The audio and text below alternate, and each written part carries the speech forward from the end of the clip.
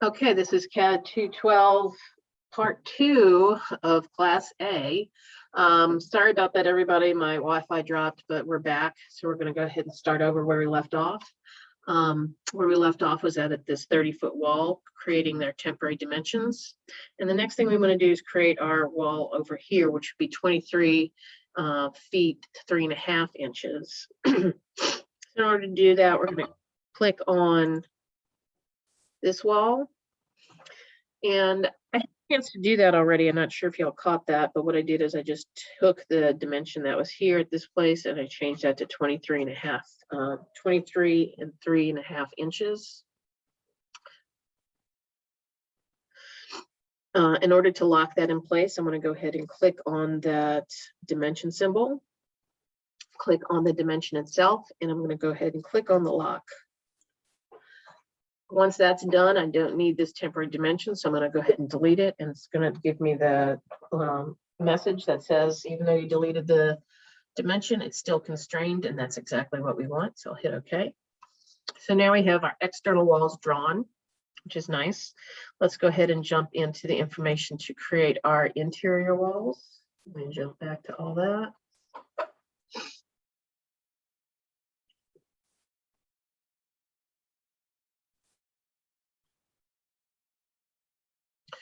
So let's open the instructions.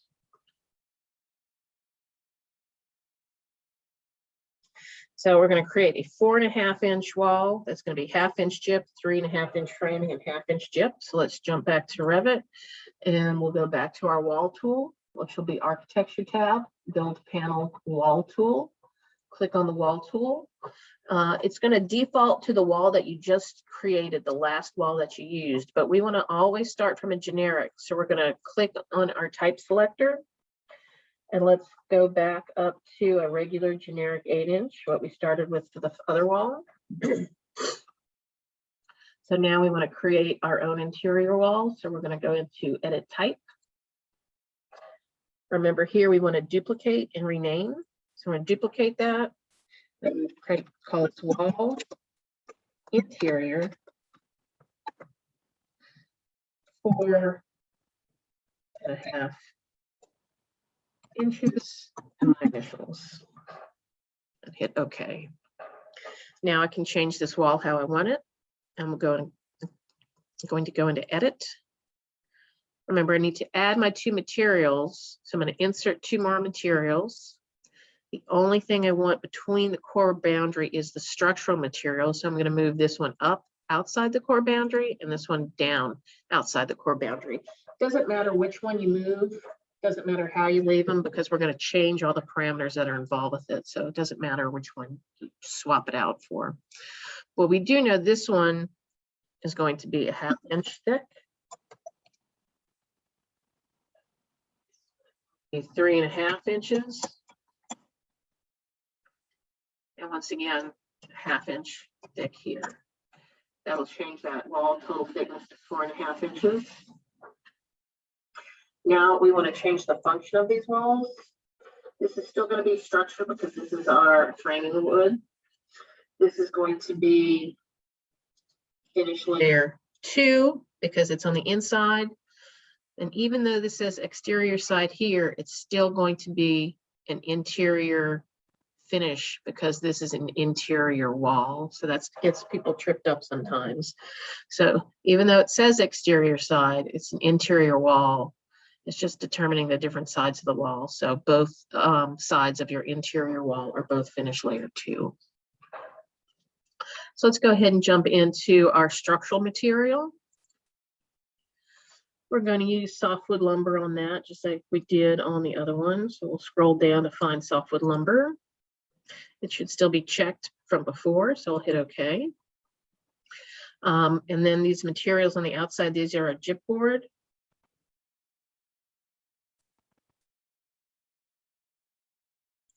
I'll click on gyp. OK. And then for this finished layer, if we go back, gypsum will still be active. I'll go ahead and click on that and hit OK. OK. And then we'll just default back to our Revit screen. So now we can start drawing our interior walls. Let's go ahead and open up the midterm floor plan again. And notice this interior wall, this one that runs across the entire body of the building, is set at 10 foot from interior wall to interior wall. I know it's kind of hard to read on here, but if you take a close look where these slashes are, that's going to indicate that this is the interior side of the wall, not the exterior. This ran from exterior to exterior, and our interior walls are running from interior wall to interior wall. So we want to pay attention to where those lie. So, you know, if I want to just go ahead and do something real quick, I need to draw 1, 2, 3 interior walls. Let's just do that and see what we can manipulate. So I've got one here, just draw it across here. And then I've got one here and one here. Just kind of threw everything together really quick. So what do we do next with that? Remember, we set our dimensions with our temporary dimensions. So if I click on, and the hard part is always finding out which wall to click for you to find that temporary dimension. It gets a little frustrating sometimes, I know, but the more you play with it, the more it'll make sense. Now remember, in order to set this at 10 feet, we're going from the interior wall side to the interior wall side. So I'm going to set my temporary dimension to the interior wall, set that to the interior wall, and let's change that to 10 feet. And notice when I did that, since this is the wall that's highlighted, this is the wall that moved down. Now I'm going to go ahead and lock this wall in place by clicking on my dimension symbol, my dimension itself, and then hitting my lock button. And I'll delete that. So we're going to use the same format to create these walls here. We're going to, this one is set at 9 foot 7 inches. Let's start with this one.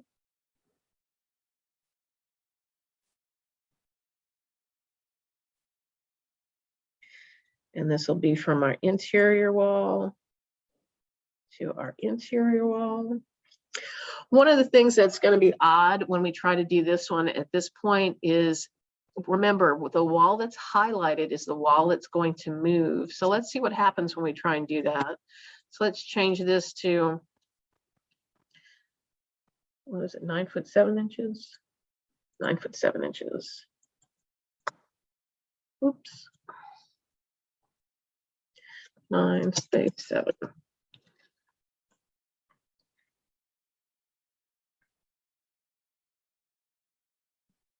Did y'all notice what happened when we did that? It moved that wall and it moved everything over. The exterior walls are locked in place. So instead of moving this wall to the left, it moved the entire building to the right. Let's undo that. And let's do that again. Notice how those moved right there. So that's okay when we put this one in place. But when we try to do this other one over here, that's when things will get like weirder again. So let's try that another way. Let's click on this wall. Now this wall is active and this wall is going to be the one that will move, and this will move to our right when we change that. So let's set that interior wall to interior wall. That measurement is 7 foot 7. 7 space 7. That'll move that over to the right. We can lock this in place.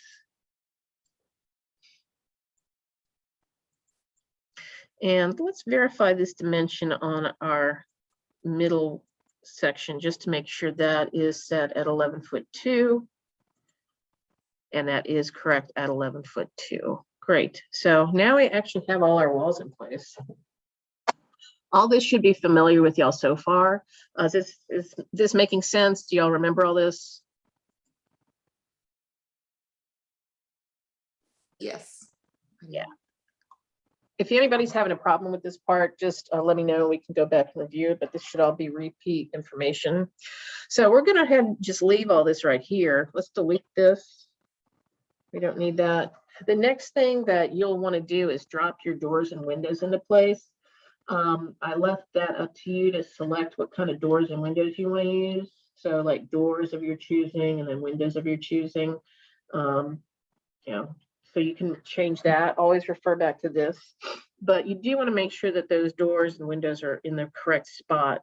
So when we drop in our doors and windows, use these dimensions to place them.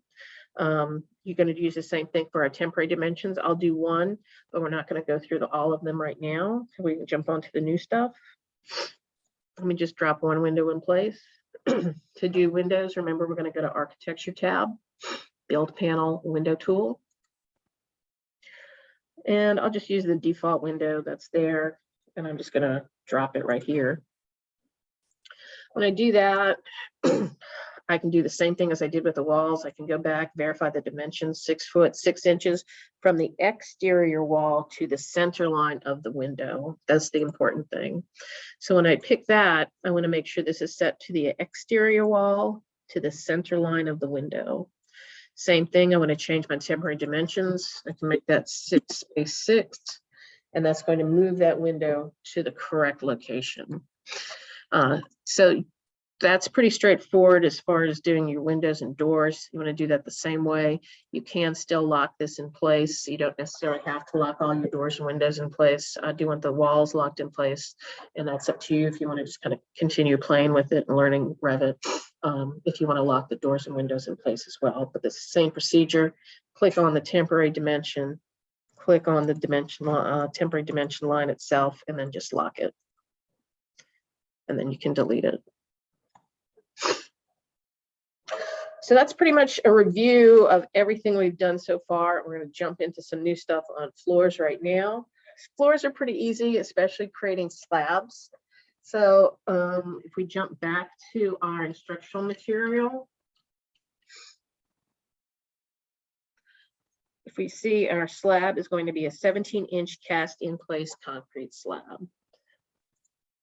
So at this point, we're going to go to our architecture tab, our build plant panel, and our floor tool. Notice there's a drop down here, and there's a bunch of different floor options that we can choose from. We're just going to use the default, which is the floor architectural. So we're just going to use that default floor tool. When we click on the floor tool, you'll notice that a couple of things happen. You get a different screen up here.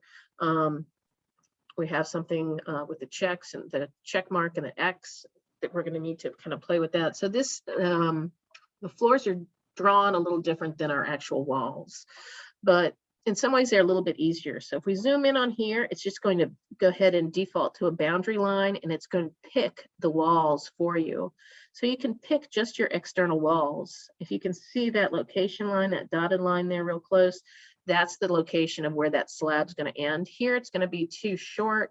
Here it's going to end in the right spot. So let's see what the difference is between those. So if I click it here, I click these exterior walls.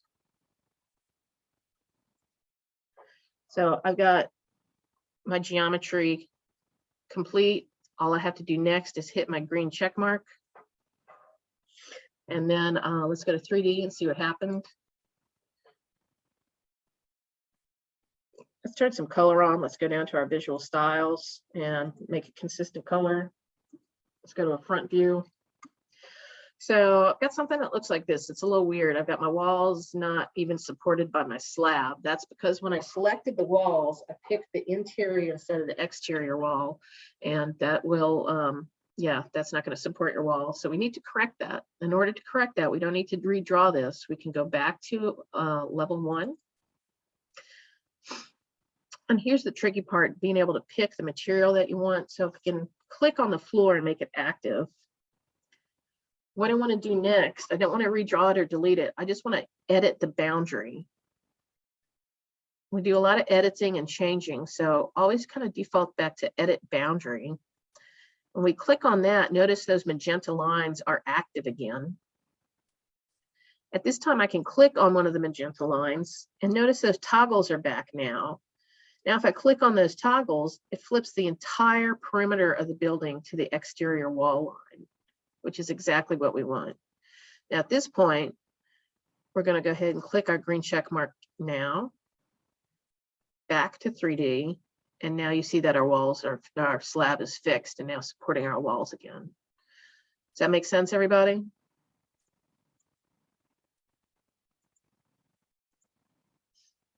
Yes. fix. All right, so we're going to use the same concept to create our finished floors. Let me hide this. All right, so when we're playing with a lot of these things, sometimes if I wanted to take a look inside this building, you know, I could do it like this or like this, but sometimes in order to actually kind of take a look at the stuff that we want, we need to temporarily hide things.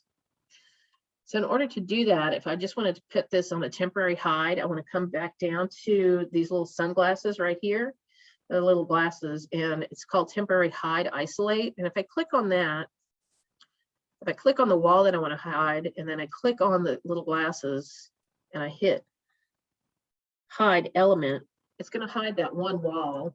So I can look inside here now. Notice it left the window in place, it just hid the wall. If I do that again and click on the one wall, go down to temporary hide isolate and click on hide category, I can hide all the wall, same type of wall at the same time. And then if I just wanted to work on this wall and not worry about the other walls, I can click on this wall and do isolate element, and everything will disappear except for that wall. So the thing that you're going to use most is temporary hide isolate of either an element or a category. So since I want to look inside this building right now, I want to hide this wall. So I'm going to click on the wall, go to temporary hide isolate, and just hide the element. Now, we'll go over this a little bit more next class, but there's lots of ways, different ways that you can hide things in Revit, and you'll get we'll get used to that as we go forward. We know this is a temporary hide isolate because it says so right here, and it always has this magenta border around it. So we know this cyan border around it. So we know that it's temporary hide isolate. So if I stop this project and saved it right now, and when I went to reopen it, that wall will be back. So it'll automatically shut it down, this tool, when we restart it. There are other ways that we can temporary hide stuff that when we restart it, when we save the project, restart it, it will stay hidden. So that's why this one is temporary. I like this one better than some of the other ones because it gets a little less confusing at times. So to start off with, it's always good to use the temporary hide isolate when we're, you know, looking to kind of play with stuff in the building. So the reason I did this is because I want to have access to this space here when I see it. I'm going to go ahead and go back to my level 1. I'm going to actually just drop a couple of doors in place because there's a reason that we want to do that. I'm just not following the dimensions here, just kind of dropping the doors. And the reason I want to do that is when I draw my floor, I want the floor to take into consideration the thresholds that are going to be here in these doors. And what does that mean? Well, let's find out, and then we can see how to correct it. So the next one we're going to do is create our finished floors. So we can start our finished floors the same way, but remember, just like in real life, your finished floor is going to sit on top of your slab. So when we've got to create that, we're going to go to our our architecture tab, build panel floor tool. We click on our floor tool, same type of floor tool as we had before. And remember, here it's going to default to boundary line and pick walls. So it's going to pick walls again, but I don't necessarily want to pick walls this time. I want to actually draw the shape that I want. You can also do pick lines. Let's do pick lines. And then when I do that, sorry, did you say structural floor? no, architectural. Thank you, thank you. Yep. So when I did pick lines instead of pick walls, it gave me something that looks like this. It's similar to pick walls, but I could just pick a line instead. So if I think I'm finished here and I hit my green check mark, it's going to freak out and say lines cannot intersect one another. You've got too many lines. You know, it doesn't have one complete closed set of geometry in order to know what to do with, because we've got a magenta line here, we've got one here, so it doesn't know what to do with these other lines. So we need to fix that. In order to trim those down, we need to go to our modify panel and our trim corner tool. And then we click the internal angles of what we want to keep. It's going to delete that extra piece right here. I click these two internal angles and it'll delete that extra piece.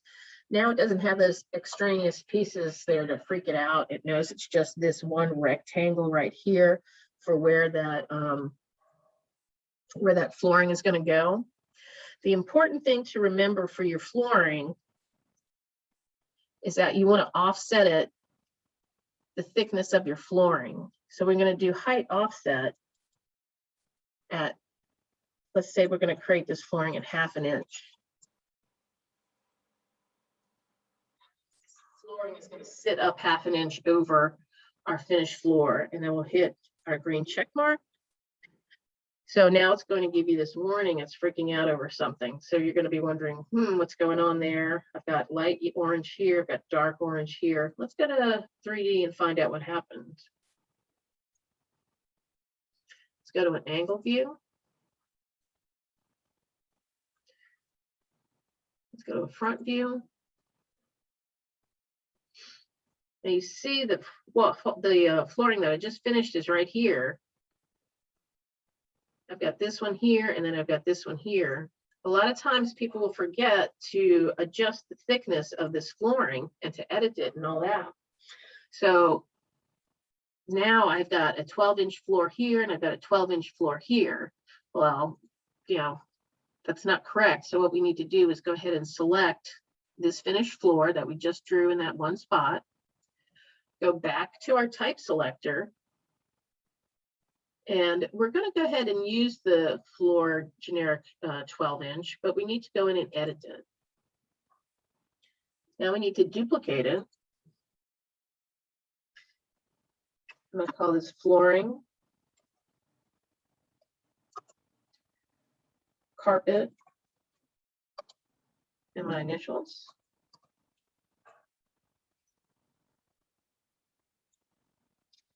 I'm going to jump into edit here.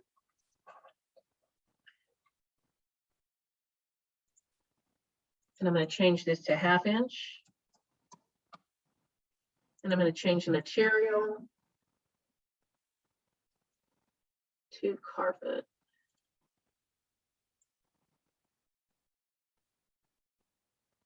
I'll hit OK and OK. And when I do that and come all the way out, I didn't have to redraw anything. It changed that particular piece of flooring to the size that I wanted now. Notice now when we click on it, it's 1/2 inch. It's a 1/2 inch offset. It's now 1/2 inch thick, and now it's carpet. So that's kind of a quick way that we can adjust that instead of having to redraw it all over again. So it's one way to do it. There's always going to be multiple ways to do stuff in Revit. So another thing that we want to take a look at when we look in here is that if we put a piece of flooring, well, let's do the other flooring first, and then we'll go back and fix it. So let's do 2 other types of flooring. Let's do those 2 other ways. Let's create our material first, because there's not a lot of flooring material, but we would have a very specific tile that we want to use in order to create that. So in order to create our material first, we want to go to our Manage tab, our Materials tool, our Settings panel, and our Materials tool. And so pop this up, which will look familiar to you. And remember, this is where we want to go down to create a new material.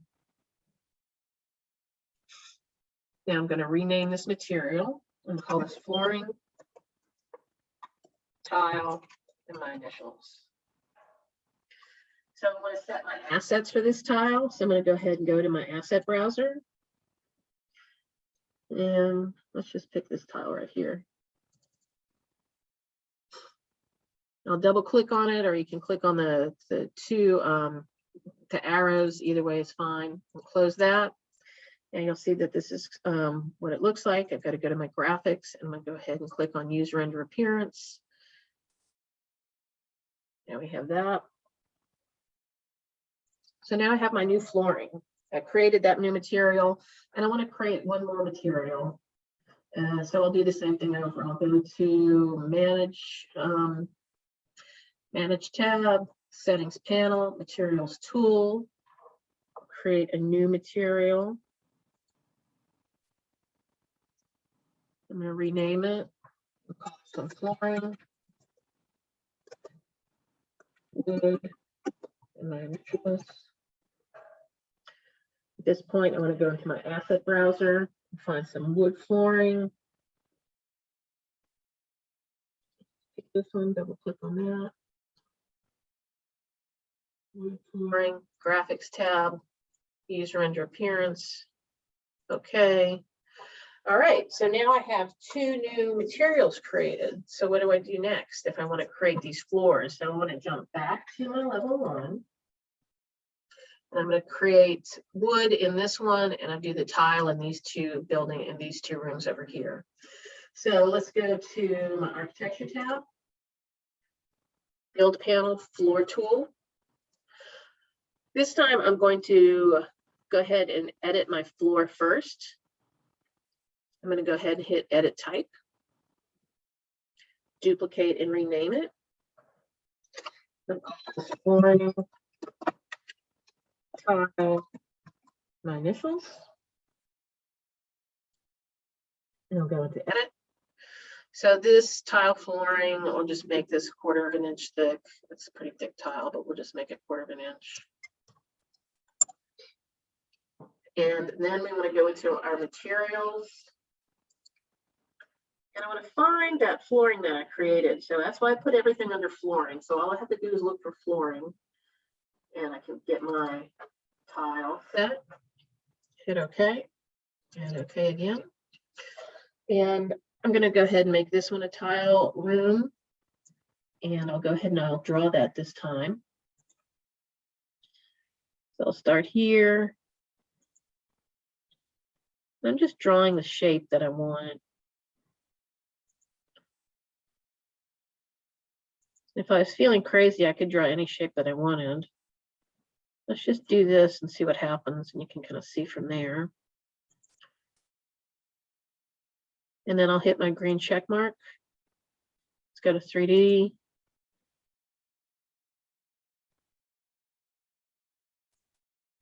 And we've got something that looks like that. Let me hide this wall for you. Let's click on this floor. Let's take a look at something that's going on here. Remember, we made this flooring. This one is 1/2 inch and this one's 1/4 of an inch. So we forgot to change the offset of this flooring. So now this flooring is like floating up in the air. This one's on the slab, how it's supposed to be there. Notice this gap right here, that shouldn't be there. That's because when we click on this floor, it's offset by 1/2 inch. So we need to correct that to 1/4 of an inch. And when we do that, it sets that flooring exactly where we want it to be on top of that slab. So let's go ahead and do the other 2 pieces of flooring. Oh, well, I forgot to fix this. Yeah, we still got this weird shape here that I was playing with. So we actually don't want it to look like that. So in order to fix that, we're going to go ahead and click on it, make it active. Click on edit boundary. And at this point, I'm just going to edit the shape. And I'll just finish it right there. And let's hit that green check mark. Now you can see the floor looks how we want it to. So the idea behind that is for you to realize that you can draw any shape that you want and it'll just follow that shape. It looks a bit dark in here just because it's, you know, under consistent color. But if I change that to a realistic view, notice how now it's going to look more textured with the carpet texture and our tile texture. A lot of people like to use this view because you can kind of see it a little bit better, but it does slow things up, especially once you get into a bigger project. So I always like to default and use consistent color, but I just wanted to show you that difference. All right, so let's draw these 2 last floors. I'm going to jump back to level 1. And yes, you can only draw one floor at a time, even though these are technically going to be the same floors. If I tried to draw them at the same time, it would not have let me. It would, because that would not be one complete set of geometry. It would be a rectangle over here and a rectangle over here, and Revit would freak out. So you have to do them each individually. So let's just do this wood floor. We'll do that one. So for this floor, we're going to go to Architecture tab, Build Panel Floor Tool. We're going to start with a generic as always. We're going to start with this generic 12-inch. I'm going to Edit Type, duplicate and rename it. So call it flooring, wood, and my initials. I'm going to go into Edit. It's wood flooring, so I'll make this 1/2 inch. And let's go into materials and find the wood that I created. And there it is, flooring, wood, and seal. And hit OK and OK. And let's draw the shape that we want in this space as well. So now we hit our line, and we'll just draw the shape that we want.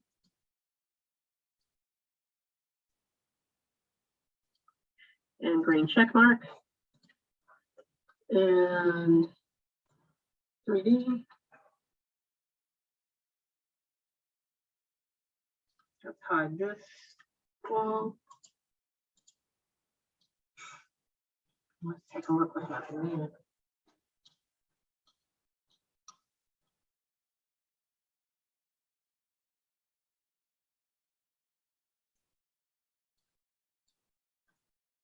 This is set off 1/2 inch, so it's actually sitting exactly where we want it to. Let me hide that wall. We can see this one is a 1/4 inch laying on the slab. And this one's 1/2 inch laying on the slab. So that looks pretty good. So the last thing we have to do is draw that one last piece of flooring in there. And I'll leave that up to y'all.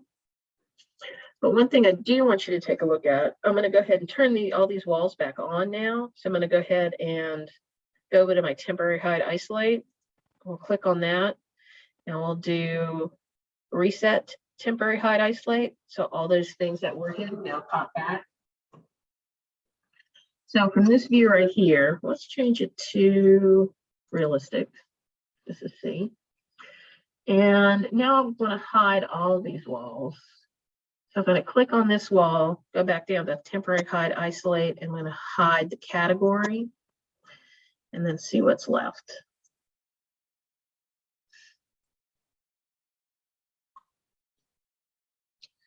So you can see how we just have the patterns of the floors now. This one's not finished, so we have that. Let's turn that back on. And I want to hide this door. Notice when I hide the doors, I have this cement gap, this flooring gap between my two pieces here. We need to fix that because you don't want like a gap over this threshold. There's a few different ways that we can address that. We can create thresholds, or we can just edit the shape of the flooring that we drew to go ahead and go through these doors. So it takes into consideration the threshold there. So let's go back to level 1 and see how we're going to tackle that. Let's make this tile. And we want to edit the boundary of the tile, and we want it to come through this door. So I'll take this and I'll just pull this back to the entry of that door. And then I'll come back up here to my drawing tools. And I'll continue this.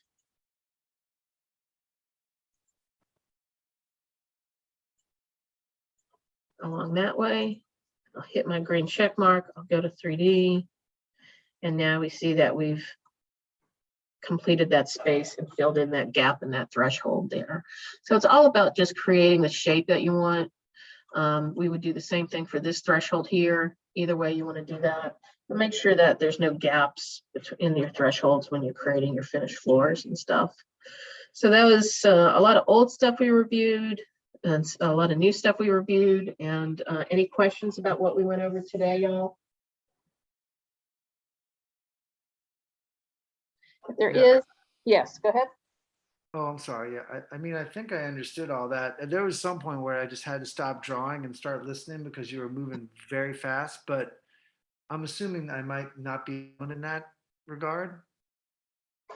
So Uh, a lot of times it's better to just watch instead of yeah, trying to do it at the same time, especially when we have the recording, because you can watch, take it in, take notes, and then go back and watch the recording while you're trying to draw it at the same time. So yeah, it's always hard to do it, especially when I'm trying to catch up with a lot of stuff yeah. and moving a little fast. So I do apologize for that, No, but that's it's cool. best to kind of like watch and then kind of go back and do it. But if you do need help on that after class, we can do that as well. So not a problem there.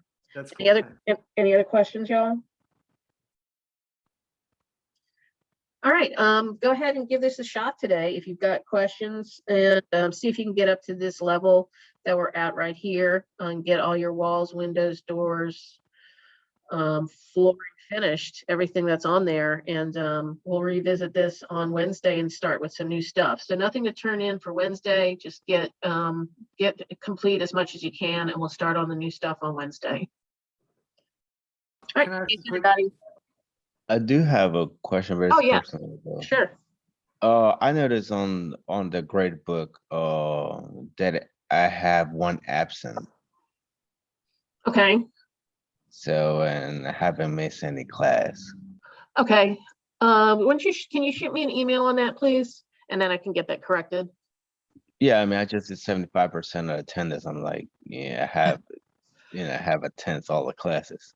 Yeah, a lot of times if I miss you at the beginning of class, I don't go back, can't get a chance to go back and mark you late. Or so go ahead and just shoot me an email and we can get that corrected. All right, thank you. All right, cool. Thanks. All I'm right. sorry. I have one more question too. Sure. So when I put my doors in, that's about as far as I got before I started just listening. All my doors are numbered.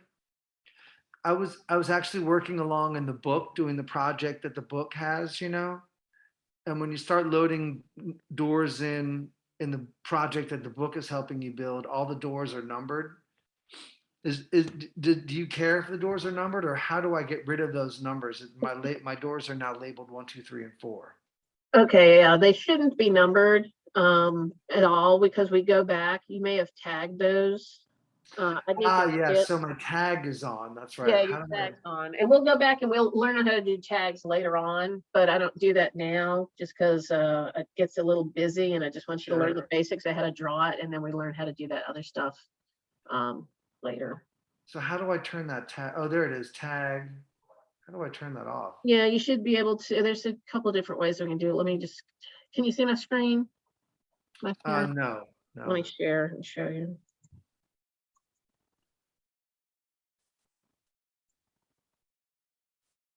Okay, now you should be able Yeah. to. Yeah. Okay. So when we have our tags in place, like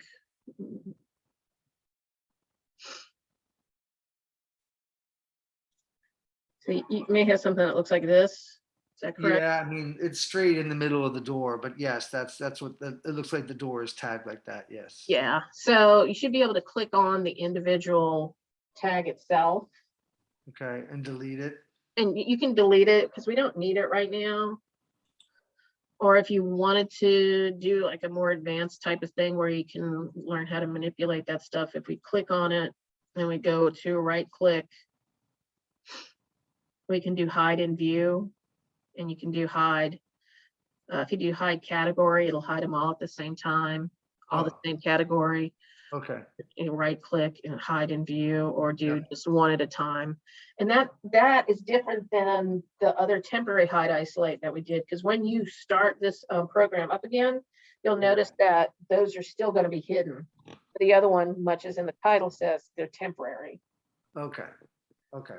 So you can just do that. I would just do that for now, or if you want to delete it, that's fine, but you can just do temporary, just do the hide in view, Okay. because we're not going to Yeah. actually need them. So yeah, don't worry about those for now. Okay. And then just to turn the tag off was in annotate, and then. Well, to I turn mean, it on, it's annotate and then tag by category, but we haven't gotten that far yet, so don't worry about that for now. I just think I might have done that in the settings when I was working. In the Oh, book, in your you know. settings. Oh, yeah. You know, I don't really mess with them in the settings. But Okay, go back and that's take a cool. If they keep popping up, I'll keep deleting them. Yeah, and let's just take a look while you're here. Let's go into that.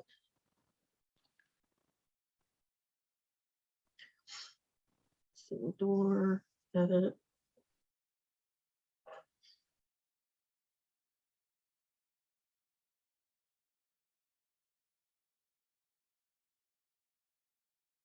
Yeah, I don't remember how, I mean, this, because I was trying Yeah, to work, along in the book, you know, just I got that project that you're building with the book, and they had me turn the tags on. yeah. You know, It's cool. I can easily just delete them as we go. yeah, it's just or undo what they said. I'll take a look at it, but I never do it like that because it just I like honestly I just Yeah, never do it like that. makes a messy space for sure. So, okay. And then last but not least, so I'm looking at my rug, my Uh-huh. carpet, right, in that front room, and I'm just not seeing it in realistically. I'm not seeing that same realistic view that you have. Oh yeah, that's fine. That's when we go down here to our visual styles and this box Okay. right here, and we Yeah. click on that. This is all the different ones we have. So we're just going from consistent color, which is actually my preferred one to actually draw in, to realistic, so you can see Oh, that realistic view. So it's just a visual style. okay. That's cool. I can when I actually clicked on consistent colors, then it changed it to that red that I'm seeing on your screen. Yeah. Okay. All right. That's all. Thank you so much. Yeah, no worries. All right. If you have anything else, just shoot me a text and I'll just see y'all Wednesday. Thank you so much. Are you welcome? Thanks. Bye.